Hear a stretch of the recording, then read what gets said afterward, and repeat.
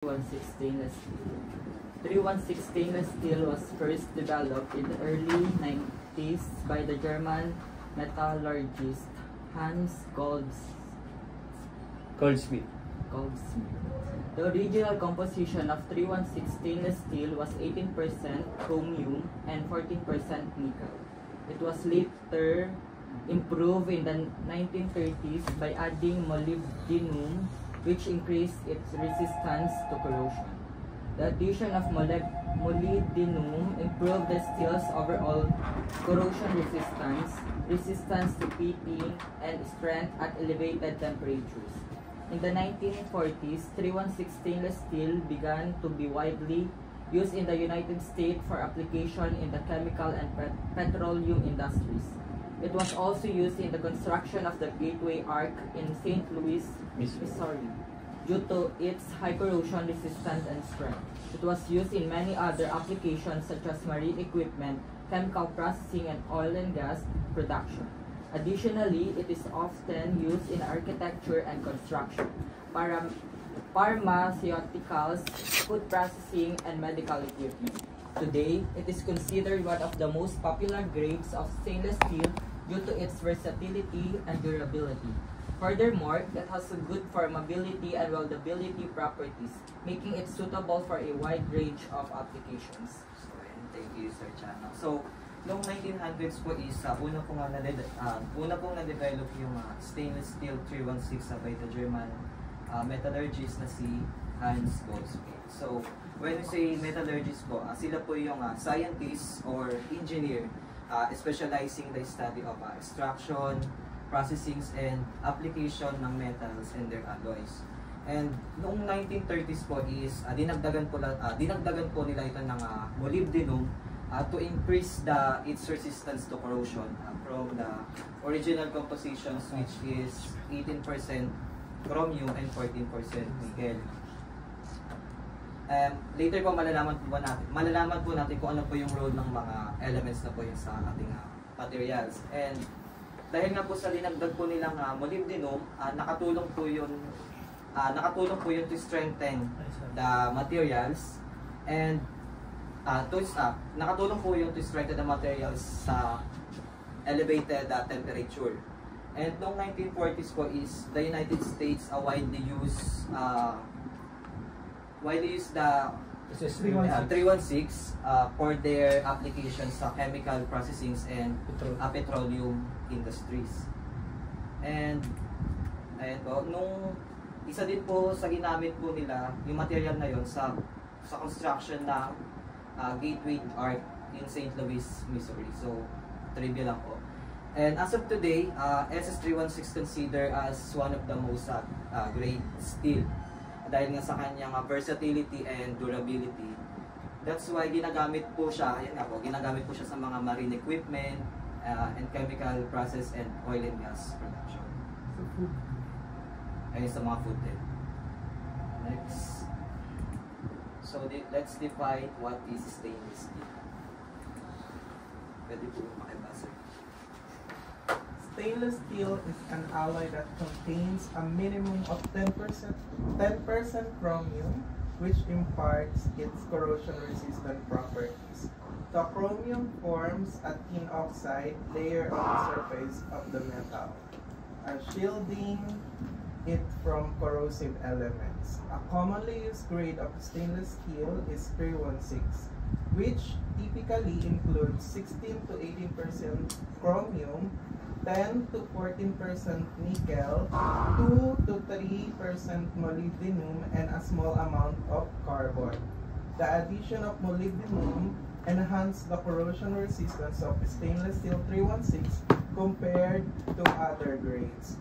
Further alloying improves its overall properties. Okay po, thank you po, Sir Jay. So, let's define muna po yung stainless steel. So, bali, ang sabi ko dito, stainless steel is an alloy that contains a minimum 10% chromium.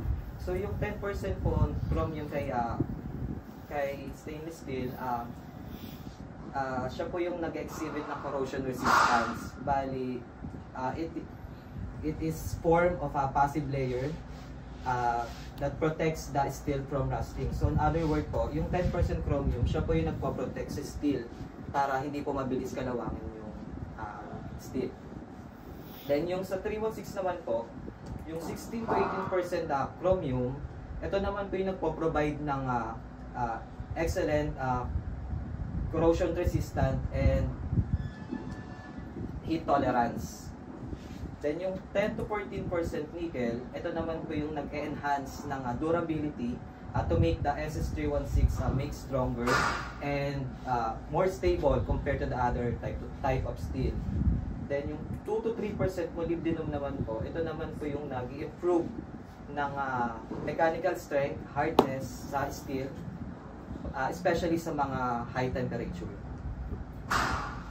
So ito naman po yung other chemical compositions ni SS. So ayan po yung list.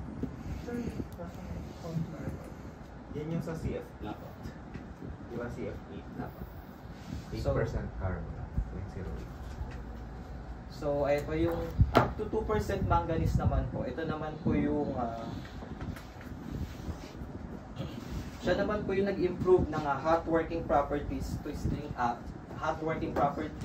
nag-strength ng toughness and ng hardness. Yung 0.75% silicon, ito naman po yung nag-improve ng formability and weldability ng ating materials. Then yung 0.08% naman po ng carbon, ito naman po yung nag-improve ng balance strength and ng balance strength, ng corrosion resistance and weldability. While the 0.045% phosphorus naman, ito naman po yung nag-increase ng strength ni SS316, and yung 0.03% sulfur, ito naman po yung nag-enhance ng machinability ng ating materials. Then iron makes up the remainder. So, question na.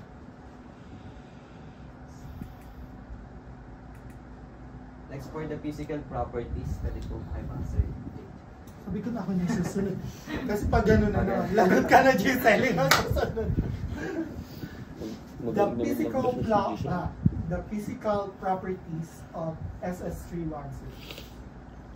SS316 stainless steel exhibit excellent corrosion resistance, high tensile strength, good ductility, and resistance to high temperature and oxidation, making it suitable for various type applications. Corrosion resistance. SS316 is highly resistant to corrosion, especially in harsh environments. So, pag sinabi, pinaliwanag na. Ako nagpaliwanag. And when exposed the chlorides, exposed to chlorides and acidity solutions, the molybdenum content in SS316 enhance its resistance to corrosion, making it suitable for marine chemical processing and industrial application. It also provides protection against chemical corrosion, including chlorides and acidity.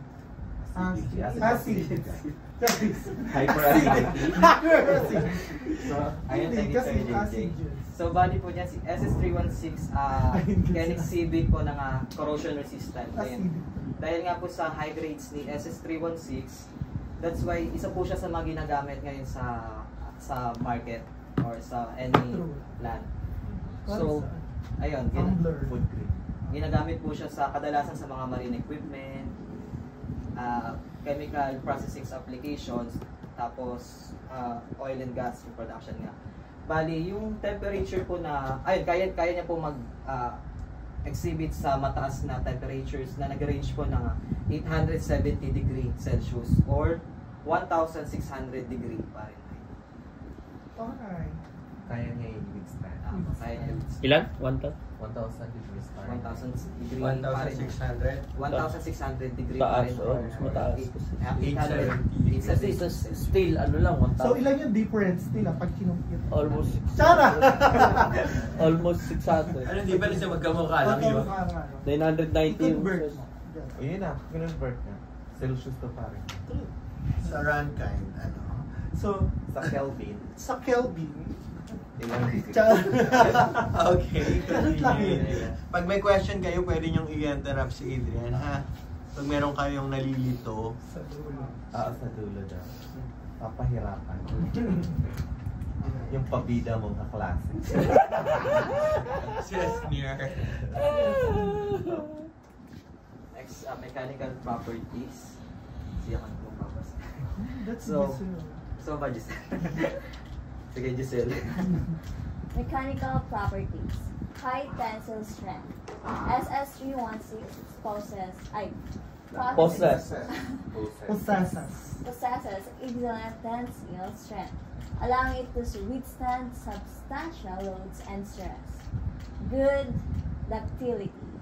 SS316 exhibits good ductility, allowing for easy forming when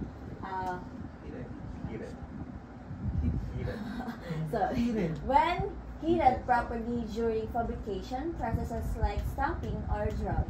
High hardness. SS316 has good hardness properties. High strength. SS316 retains its strength and mechanical properties even at high temperature. So, yung take is Giselle. So, yung sa may high tensile strength, dahil nga po sa composition na meron si SS316, yun po, kaya niya po mag-withstand even sa substantial loads and stress. So may good ductility naman po, dito naman po lumalabas yung pagka-versatile nung SS316. Then sa may high hardness, dahil nga sa strength and durability niya, meron po siyang ability to resist deformation.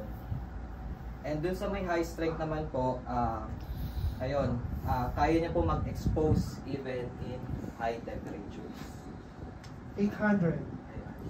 370 degrees Celsius.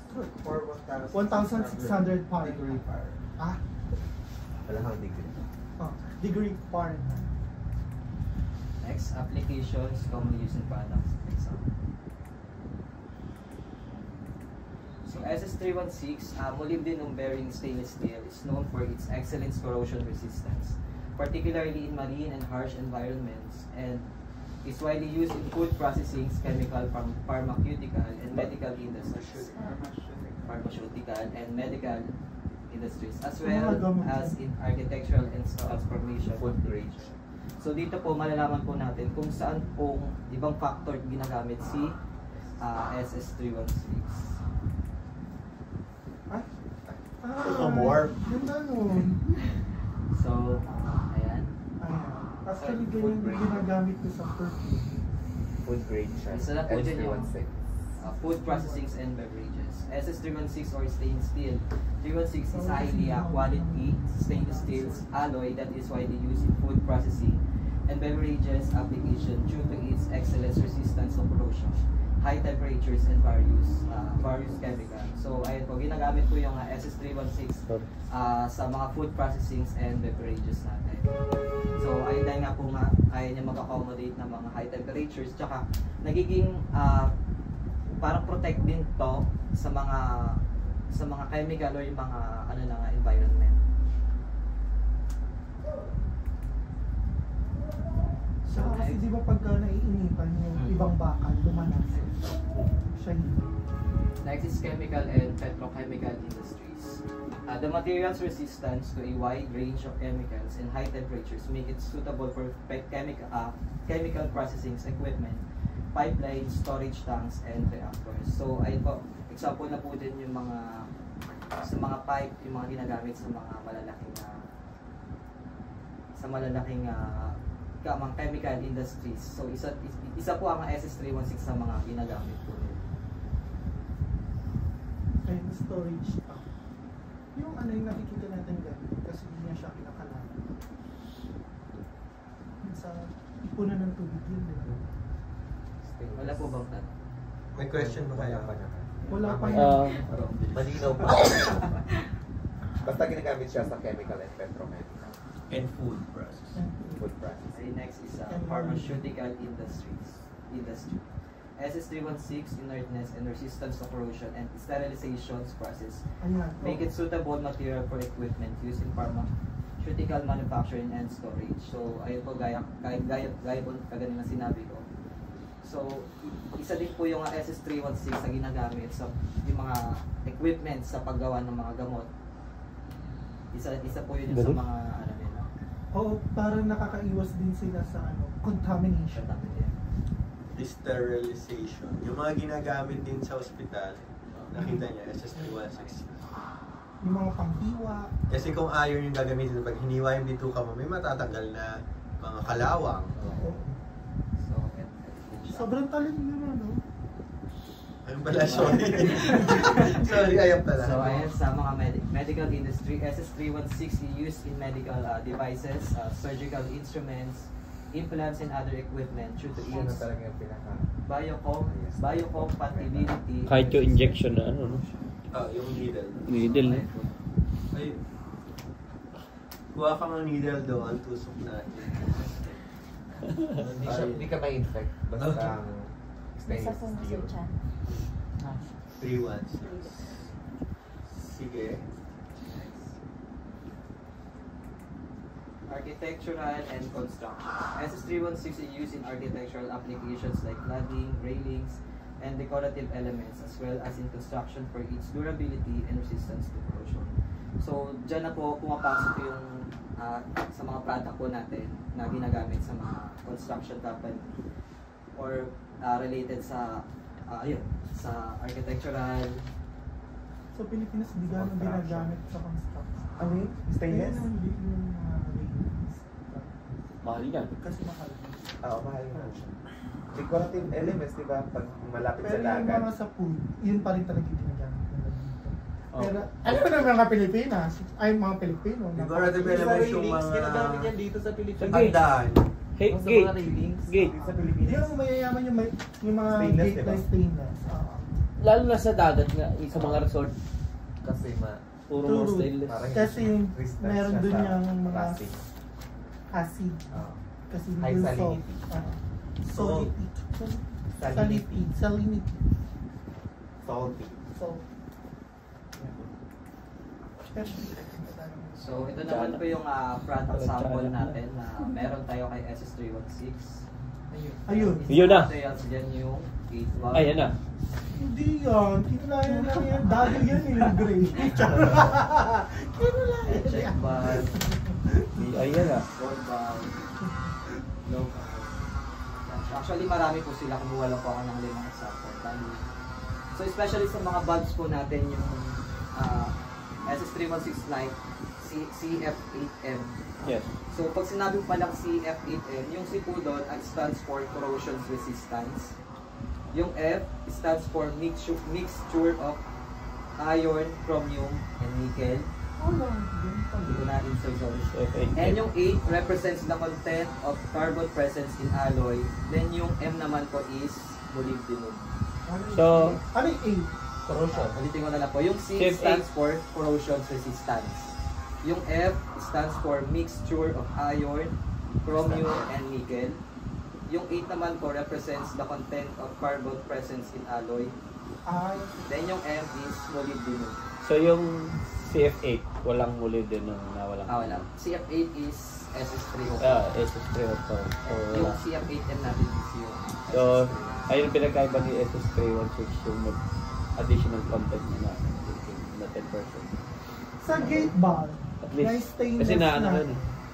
ano yung karaniwang Experience ko yung hanggang pang- saan lang yung size? Ano? Ano Ano question yung tanong? natin? Doon ko nakatingin sa likod. Kaya ka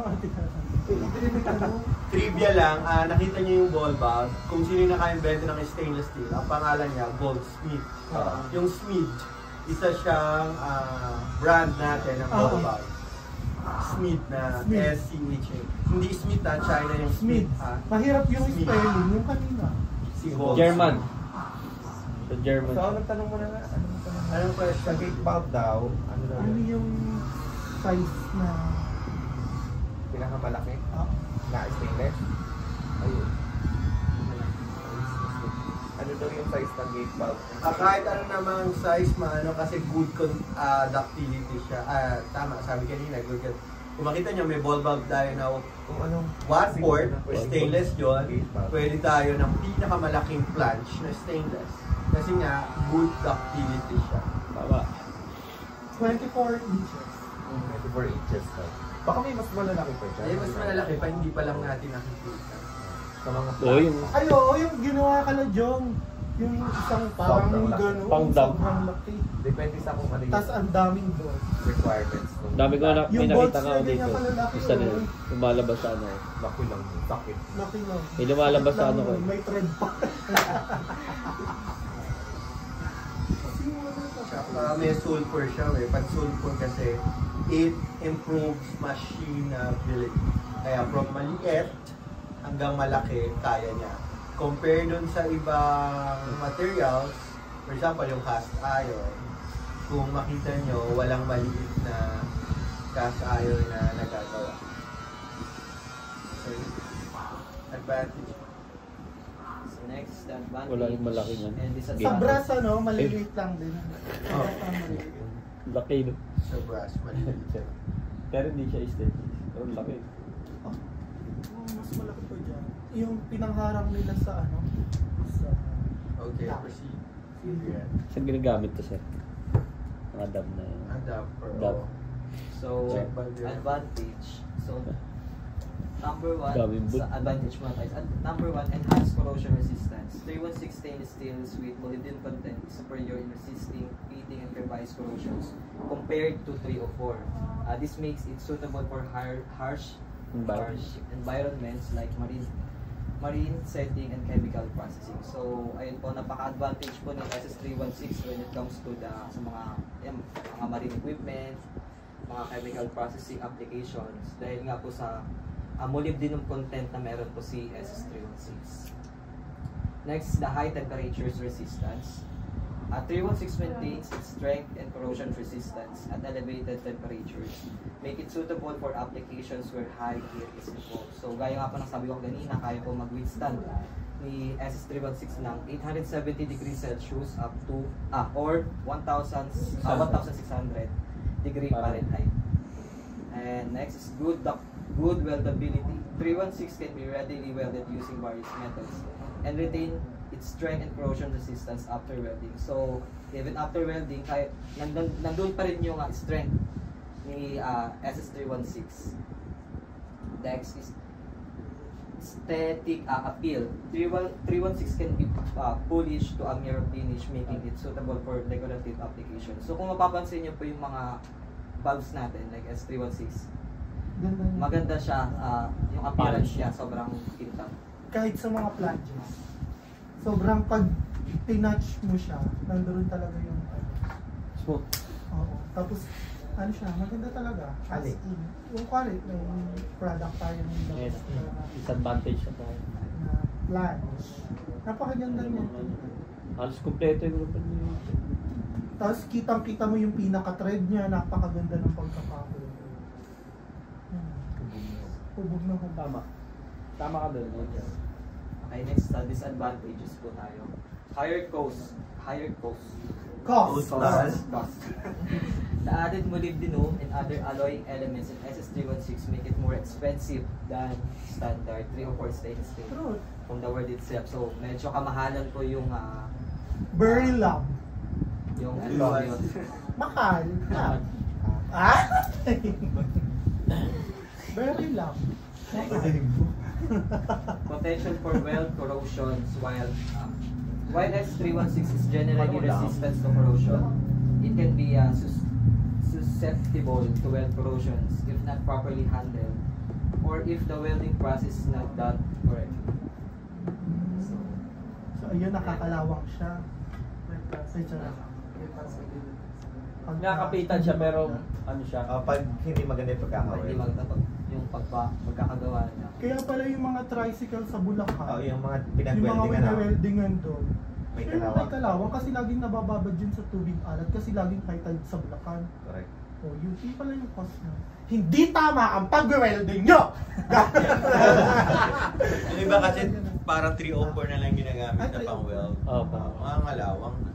Oo, kasi sir, Kasi more pag on gano'n naman pinagsama talaga sila- yung, lalo na, hardware lang, dyan lang.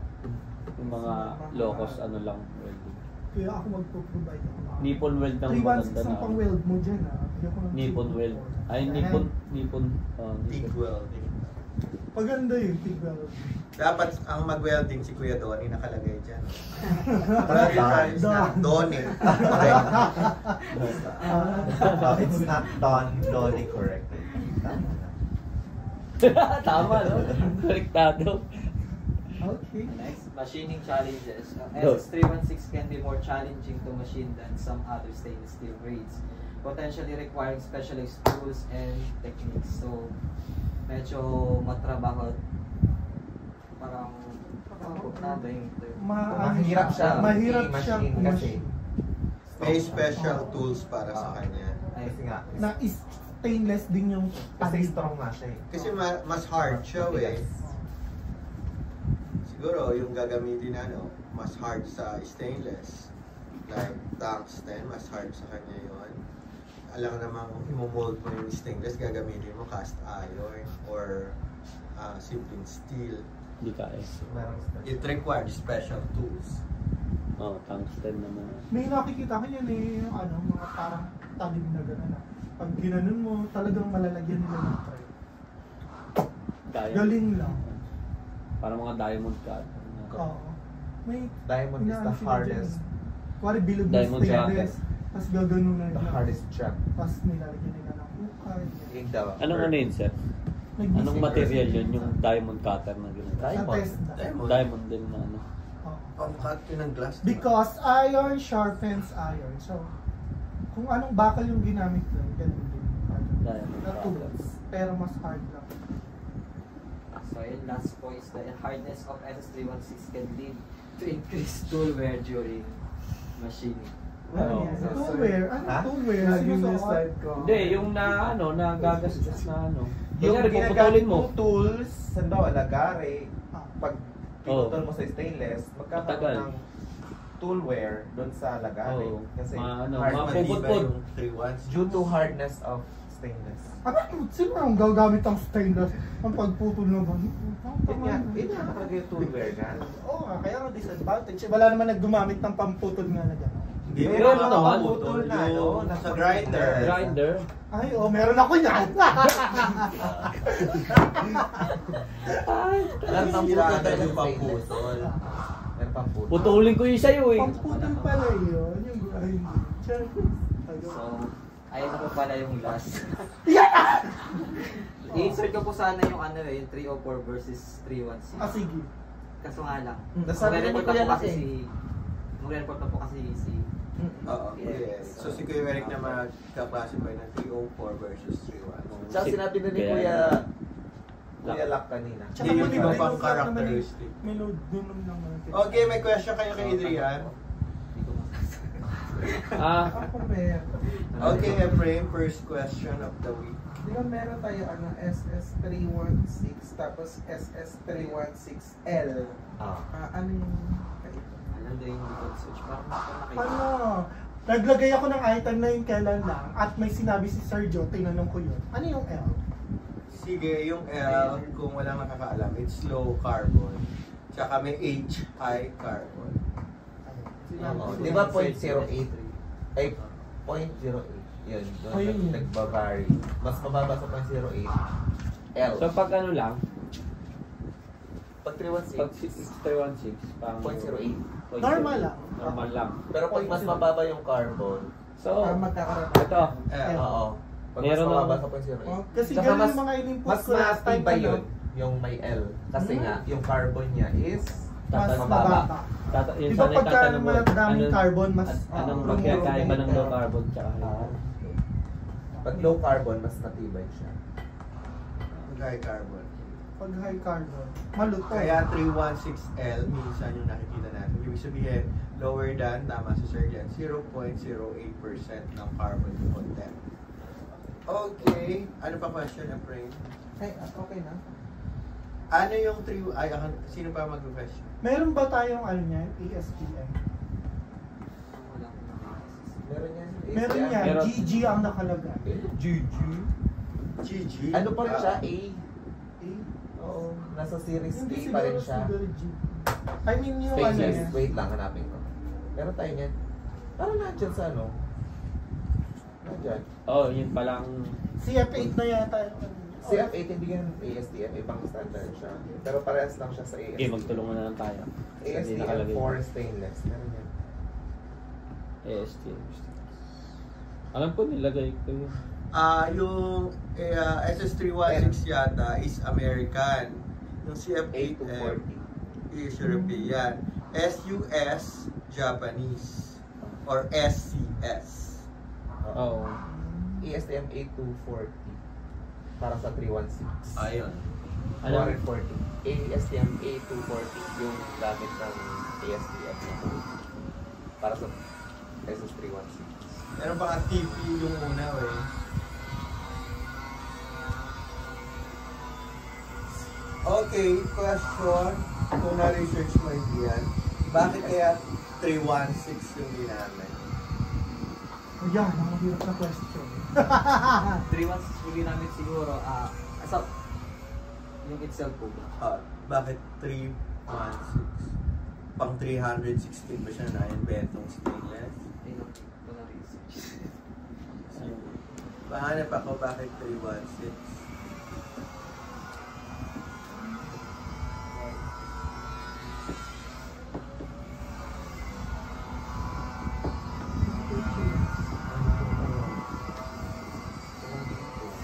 Bakit ano siya? Series. Pag 316 siguro siya na series. Wala pa lang siya. okay.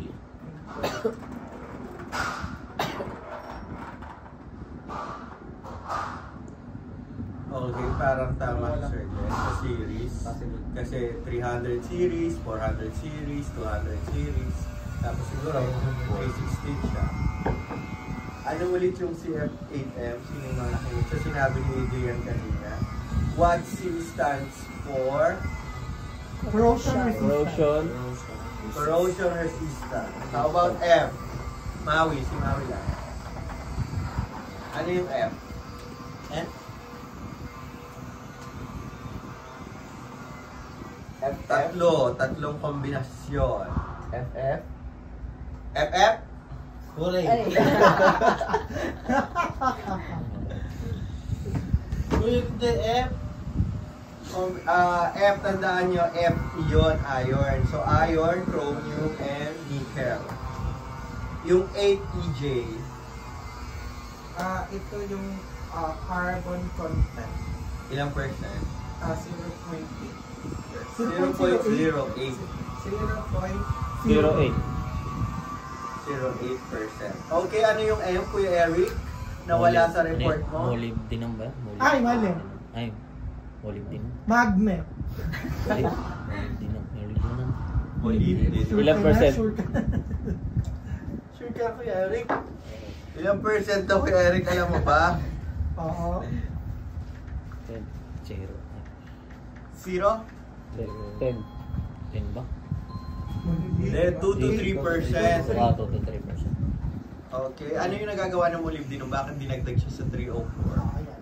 Lucky boy. Sir?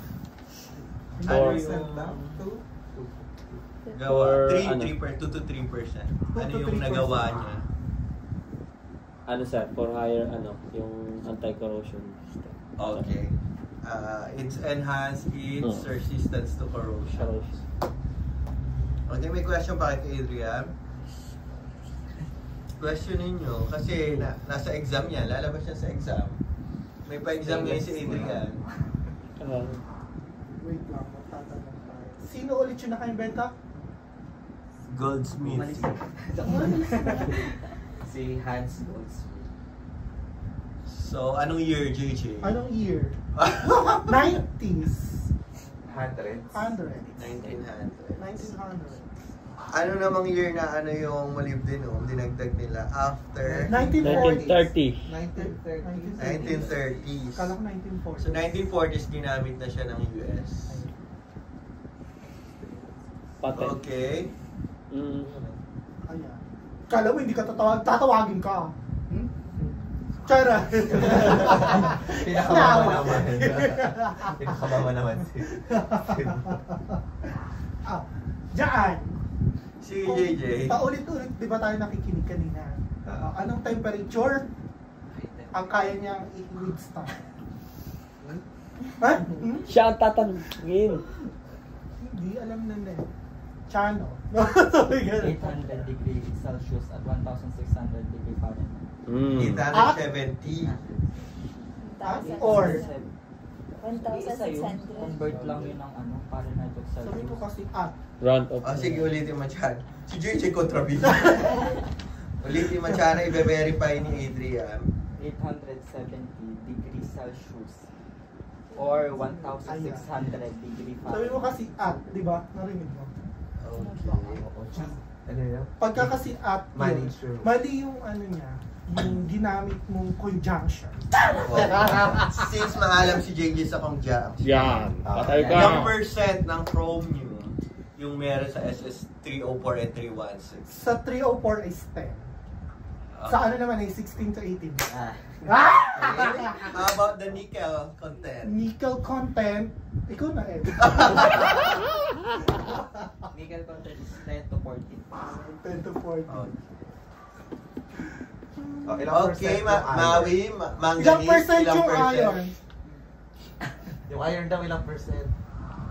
Hindi sinabi yung iron. The rest, Basta ano kung lang. ilan yung matira. So, mga 9%. Ganun. Si Maui tatanong yan, manganese, ilan? Bago. So, iron pa rin yung pinakamarami. Ayun. Pero ang galing niya, no? 2%. Wow, galing ni Maui. Galing mag-search. Okay, kung wala nang question, dapat pag binanggit yung 316, kilala na natin ano yung CF8M, 316, 316L, then saan to ginagamit. Pag sinabing food or sa oil or sa chemical, dapat 316 yung i-offer, wag na 304. Sa physical, makikita natin pagkakaiba kung walang nakalabel na 316 at 304. Most of the time, but not all the time, pag 304 na magnet siya. Pero pag 316 hindi.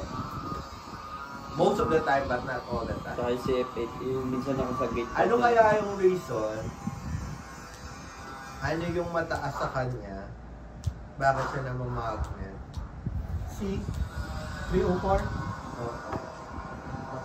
Mas mataas yung iron kasi papupunta pa yung 3% ng Correct. ano sa kanya, ang molybdenum. So mababawas sa iron. So, nabawas yun sa iron kasi may molybdenum na siya. Tama. Kaya siya nagiging Nababag. namamagnet. Ha? So, pag meron dyan at na-magnet, possible na mataas yung iron ng 316 na yun. Okay, nagkakaintindihan tayo sa 316. Yes. Pwede siguro magtanong 1, 2 beses hanggang 3. Pero kay Adrian direct yung question pag 316 yung pinag-usapan. Tama. So kung makalimutan man, pwedeng mag-review, pwedeng itanong kay Adrian, pwedeng i-search, pwedeng i-YouTube. Adrian, last Question pa kayo. question. Ano ba? Good conductor ba ng ano? Ay, di. Silver pala yun. Yung ano, electricity na ano. Malayo sa tao. Basta may iron, Ah. good conductor siya. Dadaan pa rin kuryente dyan. Sige, para mapatunayan natin kay Lucky, mawikuha ka ng extension. This one is 316. Tignan mo kung mag-ground ka. Underground Silver ka, pala. tama yung sinasabi ni Lucky sa ni Sir Glenn. Pero kung hindi naman, hindi. Kahit Pag nga nag-ground gold, ka, pwede Ayun, yung mas gold stainless eh. siya. Oo. basta metal siya na may conductivity. Pero di ba sabi sa electric, ang mas karaniwang ginagamit is Copper. Copper. Bakit? Copper kasi abundant. Abundant. Tsaka Maliit yung cost. Ano yung abundance, Maraming Marami. supply. Maraming supply. Magaan. Magaan. Abundant Oo, lang. Pwede okay. naman tayong gumamit ng silver tsaka gold sa Mahal electrical. mo. Oo. Abundance. Tanso. Parang maraming supply. Sabagay, tanso. Tanso. Okay, kung wala ng question, bigyan natin ng 3 palakpak si Adrian. Parang ayaw niya, isa pang padyak. Okay, Mga thank you, carpet. Adrian. Maganda yung report ni Adrian. Any comments sa report ni Adrian? Hindi na tayo sa topic, sa report. How he presented the report. Okay, ikaw, Ephraim. Sa akin, malinaw yung pagkaka-deliver ni Adrian and very detailed. Talagang makikita doon na inaral niya. Kasi Tama. parang madalang siya magbasa doon sa notes niya. So, naipapaliwanag Kasi, maayos. ano? Tsaka yung mga word, yung hindi siya masyadong wordy na meron man mga words pero maiikli lang. Kaya parang hindi siya sakit na siya sa eyes. Kailan mo siya ginawa? Yung report. Last 2 months. Last 2 months. Ayun lang. Kaya Tapos napaghalmaan. nakulangan lang ako doon naman sa ano, sa STM. negative side. Ano, wala kang pa-video na kung paano ginawa. Oh, tsaka pag games na may pera.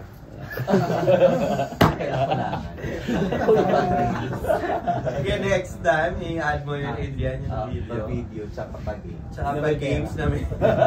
Prize. May surprise. Sa akin ang napansin ko kanina yung mga words na parang yung parang in-explain yun. Parang naulit-ulit sa pangalawang slide. Yun yung napansin ko. Sa mga first slide. Pero yung sa pangalawang, sabi ko, di ba, in-explain niya na dito yun. Sa unang slide, nandun na yung meaning ng SS316. Tapos nung parang pinakita niya ulit yung isa, kuwari yung advantage, nandun ulit. Recall tawag ko. Recall. Which is hindi naman nakaano. Paano ba? Siya kausap ni Gano'n. Si ano, Tina. Ay, Balik. Hindi naman Reviews. sa ano, performance. Hindi naman naka-affect. Pero okay lang naman siya. Yan naman. Malinaw talaga. Siguro okay lang yung gano'n for the recall. Kasi may mga bagay na Yan, nakakalimutan ulit sa tayo status pati 316. ulit-ulit. sa akin, Ayun. Okay. Ay, hindi. Kasi nga, kinukulay-kulayan niya. Yung isa, Ayan o, what is Ay, 316? wala, kinakulayan lang naman pala. Oo.